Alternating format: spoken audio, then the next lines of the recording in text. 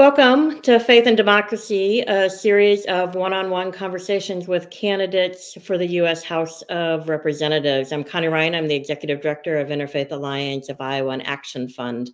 I am grateful to each of you who watched this conversation. The recordings for each of the candidate conversations will be available on our YouTube channel as well as on Facebook throughout the primary season until June 4th when the primary is held. So please do encourage other voters, friends, and family to watch as well. The purpose of our Faith and Democracy conversations is to educate voters about the viewpoints of candidates on the broad spectrum of issues that our organization educates and advocates on each day. We are hosting individual conversations with primary candidates so that it allows each candidate to dive deeper into their views on the topics. I want to welcome Melissa Vine to this conversation. Melissa is the Executive Director of a nonprofit organization working with women coming out of trauma and is finishing up her law degree at Drake University Law School in the midst of all of this, focusing on changing systems. Melissa holds a master's degree in mental health counseling, and perhaps most important, she's the mom of 4 boys. Welcome, Melissa. Thank you. Thank you so much. I'm really happy to be here today. Thanks so much for being with us. I truly appreciate it. So Interfaith Alliance of Iowa and Action Fund work on a broad spectrum of issues that impact everyday Iowans. Core to our organizations and really the values of our democracy and the first topic for our conversation is religious freedom and separation of religion and government. The traditional or even originalist way of looking at religious freedom is the government cannot establish or give favor to any one religion, and the government cannot infringe on the rights of people. Religious extremists, including those who promote a Christian nationalist ideology, have manipulated that understanding to advance their political agenda, using federal and state laws as well as the courts to their benefit. They argue in part that religious freedom means their personal religious beliefs supersede or override the civil rights of others. So my first question to you, Melissa, is how should our nation balance the conflict between the religious rights of some and the civil rights of others? And what is the role that Congress should play in this ongoing debate? Yeah, that's a really great question. A robust topic too. So I actually grew up in a really conservative home, and I believed that the rules worked for everybody and you just had to follow the rules that I had been taught. And, you know, when I got out of domestic violence about 10 years ago now, overnight, I went from being a wealthy small business owner to having $0 to my name. But what was really the most difficult part was losing my social network of support because I was no longer following the rules that were set before me within that conservative mindset. And so I went through this time period of trying to figure out, well, what do I believe about myself and the world and religion and spirituality and all of these things that for the first time in my life, I allowed myself to ask questions and explore all of those things. And I went to various faith groups and religious courses and in different types of religions and belief systems and just allowed myself to entertain different ways of looking at the world. And it was such a rich experience, both intellectually and emotionally, to see all of these different perspectives. And for my boys, so they had grown up with only one perspective, right? And so I wanted them to have a broader perspective. And so we did this thing called Dinner with an Expert. And so I sat the boys down. They were, 9 and under at the time. And I said, okay, who are people that you would love to have dinner with and just learn from? And they made a list of all different kinds of folks, from a diversity of folks. And so then we'd have one over for dinner, and then the boys for hours would just pelt them with curiosity questions, right? And so we talked about things like atheism and climate change and space and all of these wonderful topics. And I wanted them to hear perspectives that were different and not just keep hearing them from me, since I was the only one in their world that had started to shift their beliefs. And so through that experience, I saw what beauty and richness of life is brought in by this diversity of perspectives and approaches. And I see that as being something that we desperately need in our government at a state and federal level, where folks give themselves permission to explore a variety of different perspectives. And sometimes people aren't going to do that on their own. That's the ideal, right? Is that people come to this conclusion that I want to explore what different people believe and why they believe it and how that impacts their decisions. But not everybody's going to get there. And so sometimes government has to step in and set up laws and policy that helps to protect folks from those who are not willing to entertain other perspectives. And I think that's where government can come in and protect the religious rights of folks as well as civil rights. Ideally, those things would coexist, but we don't live in a utopia. And so we have to put protections in place. Thank you. So in Congress, the Do No Harm Act was introduced to clarify the Religious Freedom Restoration Act, commonly known as RFRA, which was passed in 1993 with the goal of protecting people's individual rights to religion and the ability to choose and the ability to practice their own particular religious beliefs. The Do No Harm Act would add to RFRA that you can choose your beliefs and practice your religion, but you cannot cause harm to another person. So you can't take away somebody else's civil rights, including infringing on those rights. Why is that necessary, and would you support such legislation, the Do No Harm Act? Yeah, so like I said, some people won't on their own choose not to cause harm. And that's when we have government step in to help prevent harm. And so there's a space where we celebrate the practice of many religions, and we also restrict people from causing harm because of their religious beliefs onto someone else. So we see this happen. So I think a perfect example would be this. One of our top issues right now is abortion, right? And so we see where religion is creeping into a social issue, and it's okay for someone to say, "Hey, I'm not really comfortable with the idea of abortion," or "I don't want to get abortions." That's okay. You can choose to do that. But then to reach in and say, well, because that's my moral belief or my religious belief, that should also be other people's belief, and legislating around that does do harm. We have seen the infant mortality rate went up by 3% last year. For the first time in 20 years, the infant mortality rate is on the rise. We see the homicide of pregnant women has increased by 75% in states that restrict abortion. And we see the poverty rate of pregnant women in states that restrict abortion increasing by 4 times 4. And so sometimes religious beliefs can lead to causing harm to other people. And that's where we have to step in and protect folks in that way. So related to abortion and reproductive rights, that's a good segue into the next section that I want to talk about.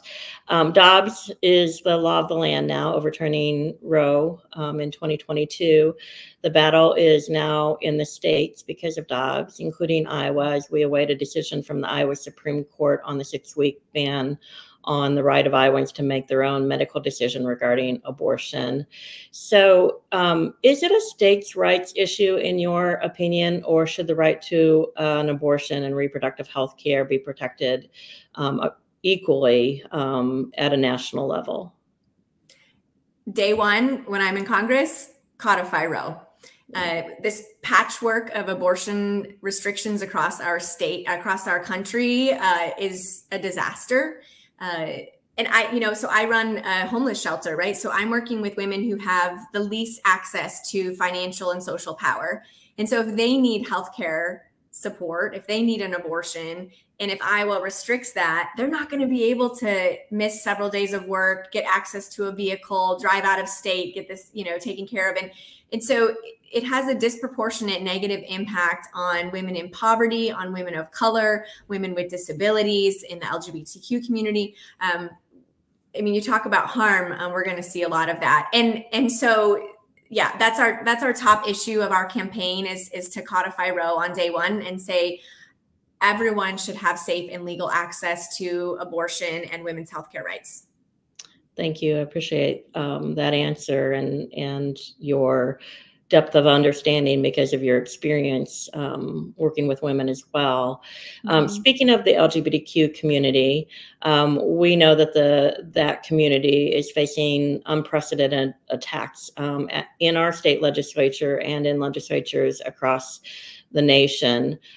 Attacks to take away rights and efforts to erase the very worth as human beings of those in the LGBTQ community.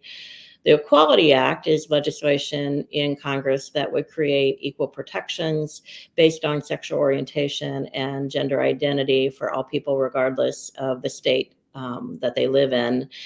It would provide consistent and explicit non-discrimination protections for the LGBTQ community and in various key areas of life, including employment, housing, credit, education, public spaces and services, federally funded programs, and jury services. Should equal protections, this is also a states' rights versus national issue, should equal protections be made universal for people across the United States who are part of the LGBTQ community, regardless of where they live, or is this a states' rights issue? I believe it's a human rights issue, and human rights should be protected at a federal level. Doing the work that I do, so a lot of the women we work with are coming from the prison system, and we know there's a higher rate of folks in the prison system who are in the LGBTQ community, and I believe a lot of that relates to the increased level of discrimination that they have received throughout their lifetime, leads to poorer health outcomes, right? And so we see this idea of restricting freedoms for folks in the LGBTQ community has more to do with the fear of those that are in power and wanting to control the rights of those that have less social power. And I think it's a lack of empathy and understanding of what it's like for these folks. And when we don't protect rights, people lose their lives. I mean, you think of the gay teenager who's being bullied and doesn't know any other way out, hasn't quite figured, hasn't been given the access to resources, especially, but even when they do, just having laws in place that are discriminatory or a lack of laws to protect people, that communicates to someone, right? And I'm a licensed mental health counselor. I used to practice therapy for many years. And especially in rural Iowa, but in all parts of Iowa where I worked, both urban, suburban, and also rural, I would meet with these students who would come out to me in their therapy session, lots of them, and they had never come out to anyone before. And the fact that they don't feel safe telling their parents or their siblings or their classmates or their friends tells me that we've got a lot of work to do. And one place that we can really start that work is in government. Because when you create a law that restricts someone's freedom or you fail to protect people's freedoms, it communicates something to those people, right? It communicates shame. It communicates guilt and wrongdoing, right? And it perpetuates the stigma. And so having laws in place to protect folks and to make a statement as a country, hey, we believe that all people should have access to the same human rights. That is a really big step in addressing this mental health crisis that we're facing and these increased rates of suicide among our LGBTQ community. So as a member of Congress, how would you further support Iowa's LGBTQ community to ensure equality and protection of civil rights? Do you have some thoughts on ideas of how you might help to protect rights and do, as you were talking about, mental health, et cetera? Mm-hmm. Yeah, right. So I think there are lots of things that we can do to expand mental health services across our country, but especially making sure that folks have access to those services. So when I did therapy, a lot of times therapists are in private practice. You schedule an appointment, you go to the appointment. If you're a parent, you take your child to the appointment. There are a lot of inherent barriers in that system. And sometimes we need to bring therapy to where people are at, especially when it comes to children. and folks that are in poverty or have trouble with transportation. And so ways that we can increase the presence of mental health counselors and supports across our country, because we're facing a mental health crisis. And I think that there are ways that we could get more people licensed as counselors in more efficient ways and then compensate them more fairly for the work that they're doing. It's a significant amount of school and student debt.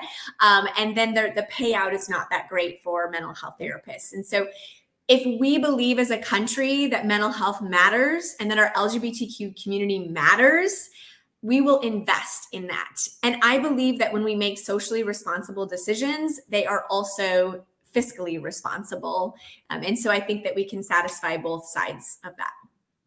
And that is something I will say that works across the aisle. When I've been in rural Iowa, so for example, when I had to, when we were getting signatures, to get on the ballot, and you have to get so many from rural Iowa as well. And so a lot of times you're walking into a public place that is primarily Republican folks. But if I lead the conversation with mental health and increasing mental health resources and access, especially for rural Iowa, talking about increasing funding and support for our public schools, people will engage in conversation around that. And I think sometimes folks can get so caught up in the talking points they're hearing on TV, and really centering them back to what are your kitchen table issues, or even more so, what are the issues that keep you up at night and you can't sleep? It's your kid that's struggling with mental health. It's your parent and you're trying to figure out how to get them care as they, enter the later years of their life, right? It's someone who's struggling in the LGBTQ community, or you don't have enough support at your public school, right? Those are the things that keep families up at night. And those are the issues that we need to be focused on when we're having conversations about politics with people. And we are going to get to public education. But before we do that, a couple of other topics I want to explore with you. One is racial equity and equality. And it's a big topic and deserves a much bigger conversation than we have time for today. We know our nation continues to struggle with accepting our history of slavery, racism, Jim Crow, and just general inequality and inequities experienced by our nation's Black community and all communities of color. So I'm interested in your views on where we are today and how our nation should address the impact of systemic racism on the Black community and all communities of color. I know that's a huge question. And so if you can pick out a few things of how we can address what is happening today. Yeah. So I think this is a really important issue, and it just seems it's just ridiculous to me that we can't acknowledge our history. And I think that stems from a place of shame, of people feeling ashamed about our history and ashamed of what we've done, and not wanting any of that shame to stick on them today. And so, as we say in therapy, right, and we need to say in this situation, is like, we've got to own our past if we're going to lean into a stronger future. And I believe that that's true in this case as well. And there are so many wonderful resources that if someone wants to learn, how do I do this work better? The material is there. The resources are there for folks to learn how to be better advocates and allies. And so I think in government, it's taking a look at the systems that are harming people. And that's kind of my tagline is I'm running for Congress because I want to change the systems that are harming people. For example, one system that we've seen in the work that I've done is our prison system. And so we see where there's a disproportionate number of arrests on folks who are people of color. Even if the crime was the same, that a person of color is more likely to be arrested, charged, and have a longer sentence than someone who is white.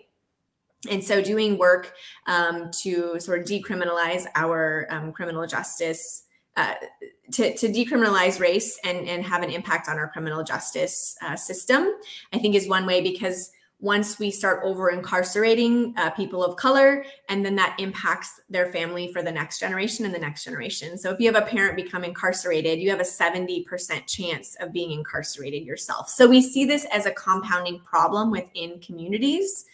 And I think that we need to come together across the aisle and talk about ways that we can own our past, do the repair work, and then move forward as a stronger country. Yeah, and you mentioned, just to continue that conversation, you mentioned earlier healthcare as well and the disproportionality of that. Can you talk a little bit about that and the government's role in addressing that racial disproportionality, and what you would do as a member of Congress? Yeah. I mean, we can see lots of research around Black maternal health is a huge issue, right? And especially here in Iowa, when it's intersected with our rural hospitals closing down or losing OBGYNs. And so the intersection of some of those things together, I think has been, we have trouble with folks getting access to the care that they need, being believed when they're talking about being in pain, getting the prescriptions that they need. There's all kinds of, bias around those things. And so providing protections for folks to get access to the services and resources that they need, I think is really, really important. And that we need to take action to move toward equity, because equality isn't enough. Right? Equity says we need to make sure that everyone has access to the resources and supports that they need. Yeah. Do you think that Congress plays a role in creating programs that would bring better equity in, whether it's healthcare, prisons, or other? And is that financial? Is that policy? What does that look like? Yeah, absolutely. I think that, I want to address, there's this, and I kind of touched on it before, but there's this idea that when we are socially responsible, that it's going to cost us more money. And so when Democrats start talking about, oh, we need to increase these services and this programming, and you can see some people just get all like, oh no, like you're spending more money when we have, this deficit. But I want to say from personal experience, the work that we do at the Beacon, we provide housing and supportive services, all kinds of programming for women for $26 a night, and taxpayers are paying $106 a night to incarcerate someone, not to mention the cascading impact on the foster care system, the healthcare system, the criminal justice system. We're talking, it is a very, very expensive system.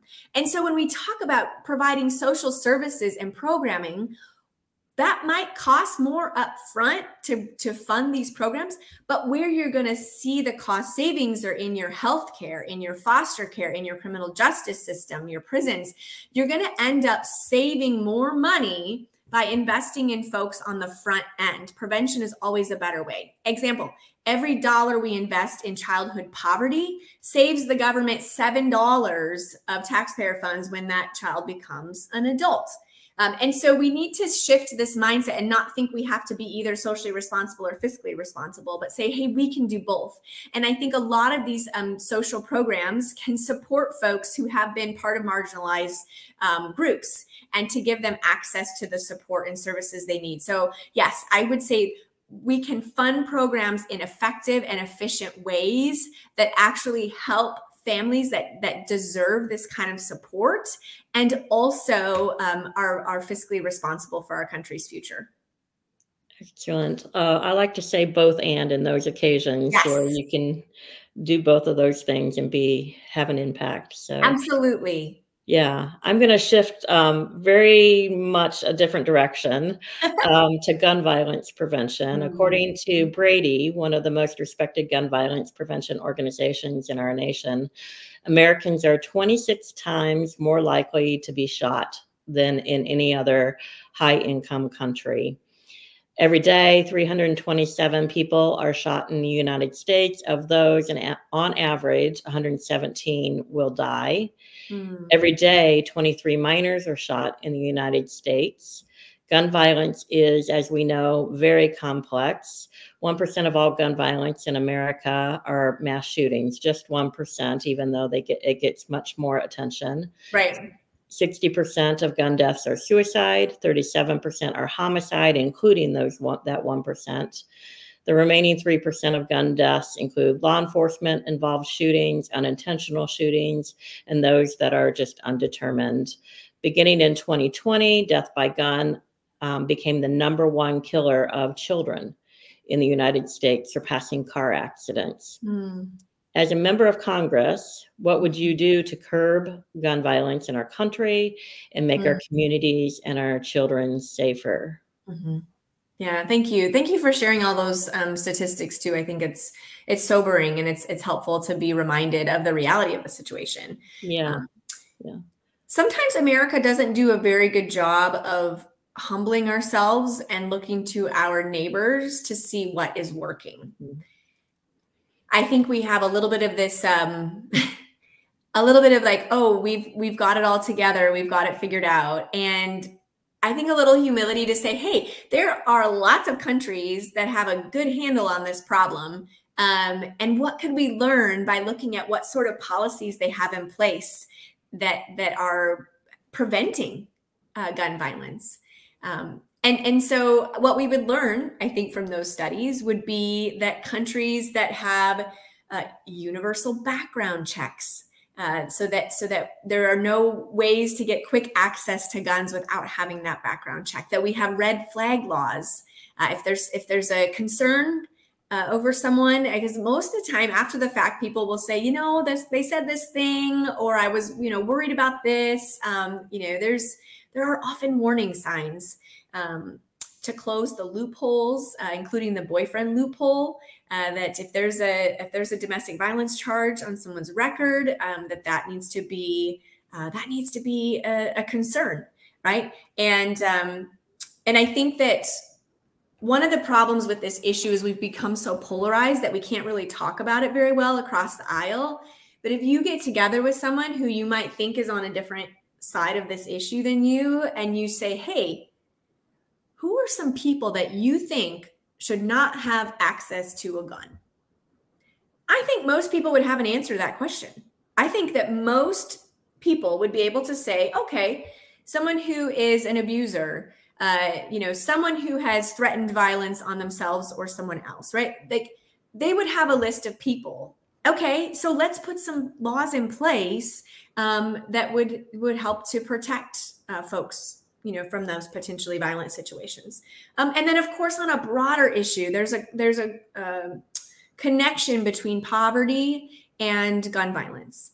And so addressing some of our economic issues and disparities, I believe, would reduce the rates of gun violence. And of course, when it comes to things, especially like suicide, as we talked before, increasing those mental health supports for folks in our country, and so that they have access to resources. And as someone who has sat in a therapy room with many people who were, contemplating suicide, and knowing that they had a safe place to go every week to process their feelings and what was going on, was often what would keep someone from making that decision.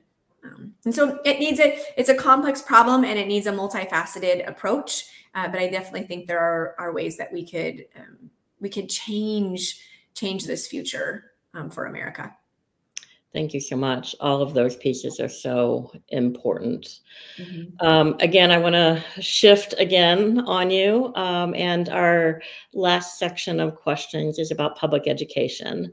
I want to talk specifically about and focus on pre-K to 12.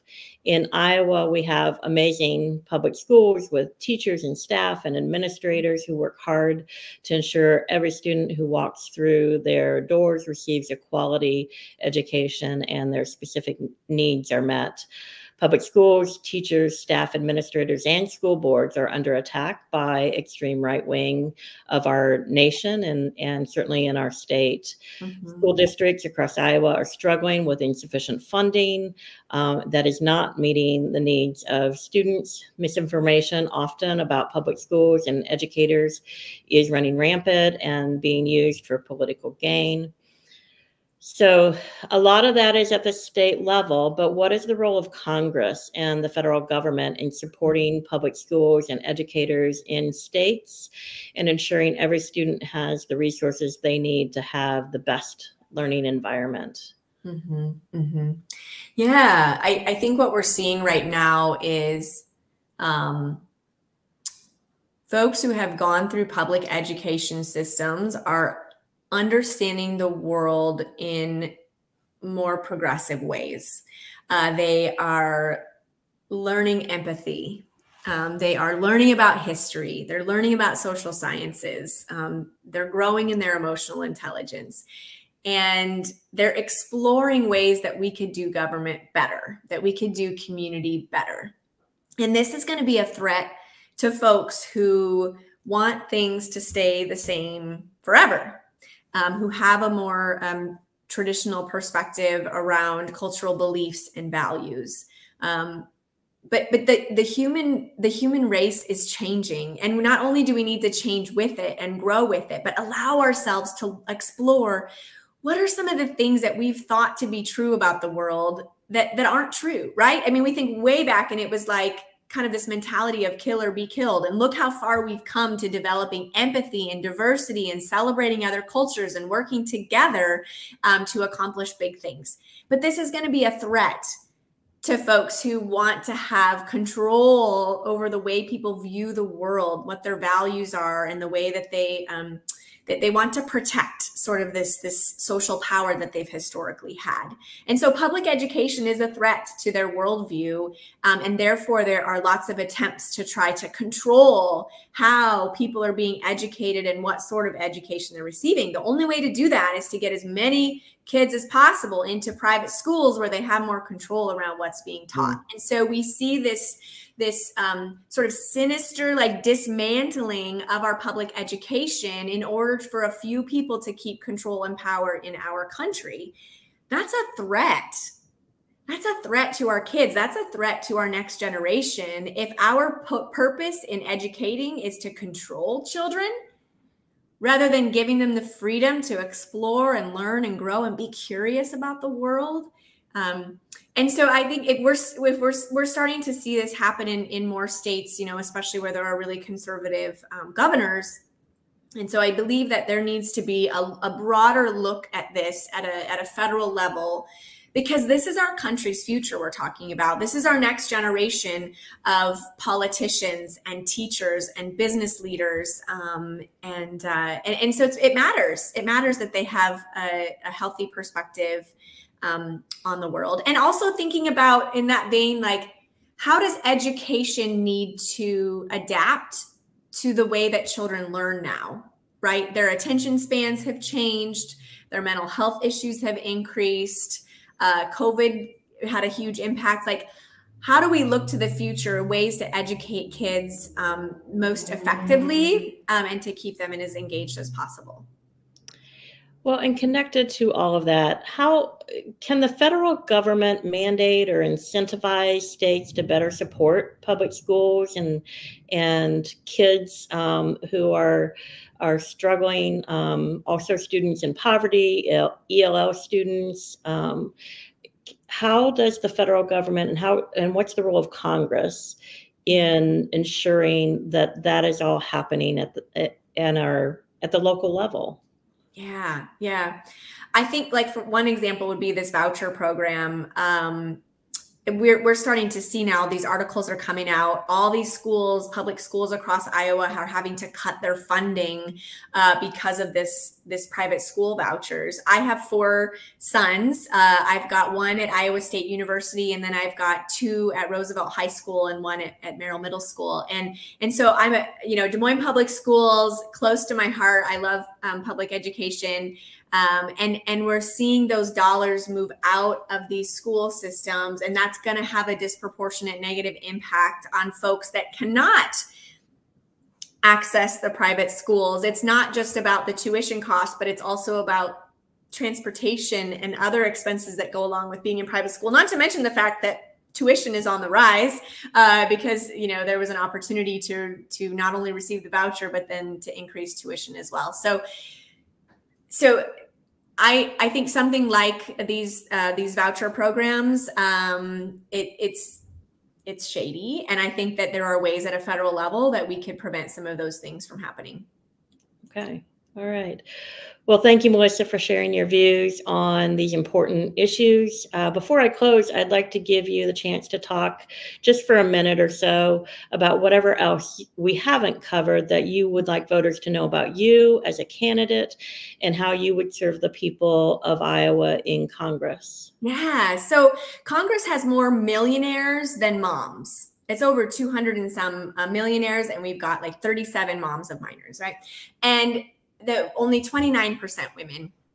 And so I believe if we had better representation of women, of moms in Congress, that we would be paying more attention to a lot of, like, all of the issues that were brought up today are a real focus. And so as someone who has been through poverty when I got out of domestic violence and has navigated being an hourly worker, and then I was a healthcare worker, I've been a small business owner, a nonprofit director, the needs of Iowans are really up close and personal to me. And I'm excited to take those stories with me to DC so that folks here in this district feel like they are at the table in DC when decisions are being made, that they are being represented. And when it comes to electability, I believe that this top issue is access to safe and legal abortion. And so as a female candidate, as a mom who's looking to go up against an anti-choice incumbent, Zach Nunn, I believe that, as Iowa Public Radio said, I provide a sharp contrast to his campaign. And since 61% of Iowans believe that most or all abortions should be legal, we are in the majority, and this is our chance to flip this seat. And then I love to collaborate with our state candidates. It's really important to flip a lot of state seats as well. We've already been sharing resources and working together on our campaign so that we can experience success at both a state and federal level. And thankfully, we had some poll results that showed when I went head to head against Zach Nunn that I beat him by 6%. So I have hope that things are changing in Iowa. I think that we are seeing across our country with this pro-choice issue, it's bringing people out to vote. And it's really about that, who can capture that independent vote. We're especially going to be seeing women voting here in November. And I'm looking forward to being able to support Iowa as we move into our better days ahead. Great. Thank you so much, Melissa. Appreciate what you have shared with us today and your willingness to be part of these conversations. To folks who are watching, thank you so much for doing so. It is important to learn about each of the candidates running for Congress and how they would approach these issues that are so vitally important. I encourage you to vote in the primary on June 4th, and please encourage other Iowans to vote as well. It is the most important thing we can each do for our democracy. Thank you again, Melissa, for joining me in conversation, and thank you to everyone. Take care. Thank you.